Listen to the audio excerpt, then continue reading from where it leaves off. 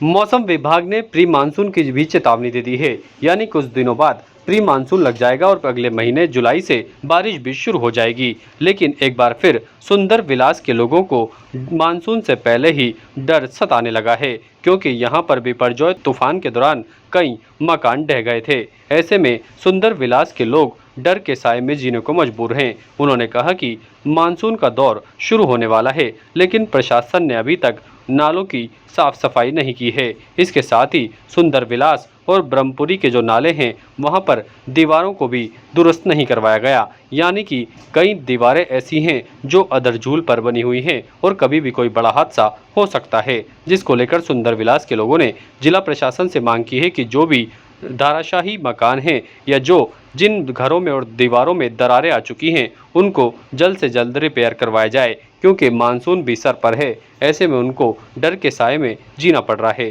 जिसको लेकर उन्होंने जिला प्रशासन और नगर निगम से इस ओर ध्यान देने की मांग की है। आना सागर है वो अपनी पूरी भराव क्षमता पे अभी भी है और बरसातें आने वाली है। ब्रह्मपुरी में पिछले जो मानसून था उसमें बद से बदतर हालत हुई थी, ये सबको मालूम है, प्रशासन को भी मालूम है, सबको मालूम है।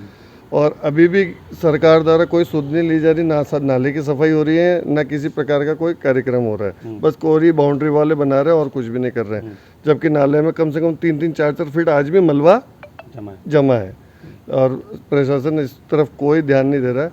हम आपके और कई चैनलों के माध्यम से बस ये सरकार को अवगत कराना चाहते हैं कि हम पूर्व में आपको बता रहे हैं कि ये सब समस्या हो सकती है और कोई कैजुअलिटी होती है या कुछ होता है तो इसकी समझ जिम्मेदारी सरकार की होगी, ये क्योंकि प्री इंटीमेशन सरकार को बताया जा रहा है हर न्यूज़ चैनल के माध्यम से। बिजली की पोल भी अदरजुल में है। बिजली की ये जो हाई टेंशन लाइनें चल रही है ये भी टेढ़ी बाकी हो रखी है, मतलब प्रशासन को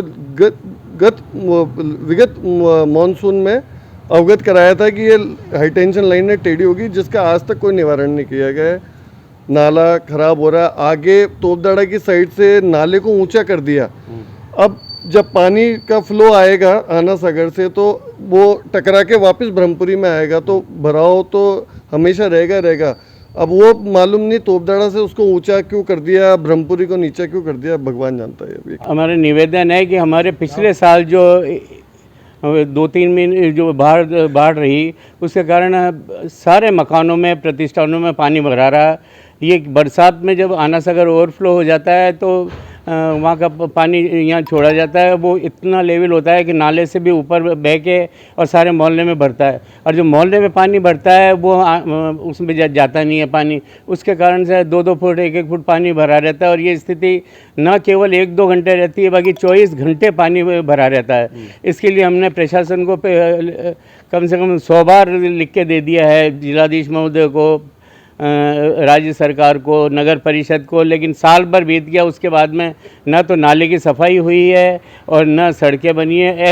एज इट इज़ जो स्थिति है वो कि वही बदतर स्थिति है, जबकि कुछ ही दिनों में बरसात आने वाली है और वही स्थिति। पिछले साल तो पानी निकालने के लिए मशीनें 24 घंटे काम करी, वो भी फेल हो गई, क्योंकि यहाँ का आना सागर का जल स्तर बढ़ने से पानी छोड़ा गया, वो पूरा भरा रहा। अभी किस तरह डर अभी भी उस साल भर में अभी कचरा इतना भरा हुआ है कि अगर 3 फुट तो कचरा ही भरा हुआ है, अगर और पानी आया तो ओवरफ्लो से सारे घरों में वही स्थिति हो जाएगी।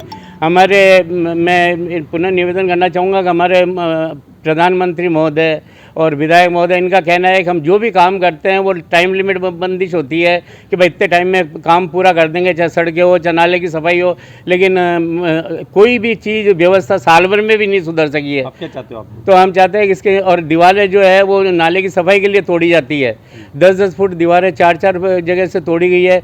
दीवारें अब बन रही है लेकिन सफाई बिल्कुल भी नहीं हुई है। लाखों रुपए दीवारें बनाने में खर्च हो रहा है, जो कि बिल्कुल वेस्ट है। हमारी इसको लेके, नाले को लेके कुछ मांगे हैं। हमने पिछली बार भी कलेक्टर महोदय को ज्ञापन दिया था इस संबंध के अंदर कि एक तो इस नाले के अंदर एल शेप नालियाँ बनाई जाए और दूसरा इसकी जो सफाई है वो नियमित रूप से होनी चाहिए। सिर्फ ये मानसून आने के ऊपर जागते हैं प्रशासन और यहाँ पे जो है ये पोकलेन मशीन लगा के और उसकी इतिश्री कर देते हैं। ये ऐसे ही मतलब सफाई का प्रॉपर काम नहीं हो रहा है। मतलब हम ये चाहते हैं कि 2-3 महीने में इसकी सफाई होती रहे, तो जब मानसून आए तो मतलब दिक्कत नहीं आए क्षेत्रवासियों को।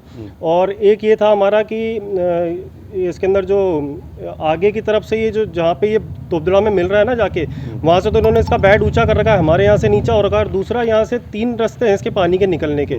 तो एक रास्ता पूरा ब्लॉक पड़ा हुआ है। पहले क्या होता था कि यहाँ पे जो है मजदूर उतरते थे नाले में, और पूरे मजदूरों की टीम उसको नाले को साफ़ करती थी फावड़े से, और उससे तो प्रॉपर सफाई होती थी। अभी प्रोक्लेन मशीन उतारते हैं, उससे जितना मलबा निकलता है वो निकालते हैं, और बाकी जो है वो छोड़ देते हैं साइडों में, प्रॉपर साफ़ नहीं हो पाता। आगे जहाँ से ये पानी पास हो रहा है वहाँ पे जो रास्ता है वो पूरा ब्लॉक पड़ा हुआ है, तो उसको वहाँ से खुलवाया जाए, एल शेप नालियाँ बनवाई जाए, और वहाँ से जब चैनल गेट इनको अभी खोल देने चाहिए, जब भराव पे है पूरे अपने, तो इनको अभी खोल देने चाहिए। क्या होगा कि जब बारिश बरसेगी और बहुत मूसलाधार बारिश होगी, तब ये जाके जो है चैनल गेट खोलेंगे। और हम हाँ, उस टाइम हमारे यहाँ रात में भरते हैं पानी, क्योंकि रात को ही तेज़ अधिकतर बारिश होती है, तो रात में हम वहाँ पे फ़ोन करके बोलते हैं कि भैया चैनल गेट बंद कर दो, हमारी बस्ती यहाँ पे डूब रही है, हमारा क्षेत्र डूब रहा है, कोई फ़ोन नहीं उठाता है वहाँ पे। तो इनको अभी प्रशासन को वहाँ से थोड़ा थोड़ा पानी निकास करते रहना चाहिए कि भाई पानी निकल जाए, और जब बारिश होए तो फिर इतना फ्लो नहीं बने। अगर स्केप चैनल से जो नाला शुरू होता है वो सीधा जाता है खानपुरा होते हुए, और अजमेर शहर के बीच में से हार्ट ऑफ सिटी होता हुआ जाता है।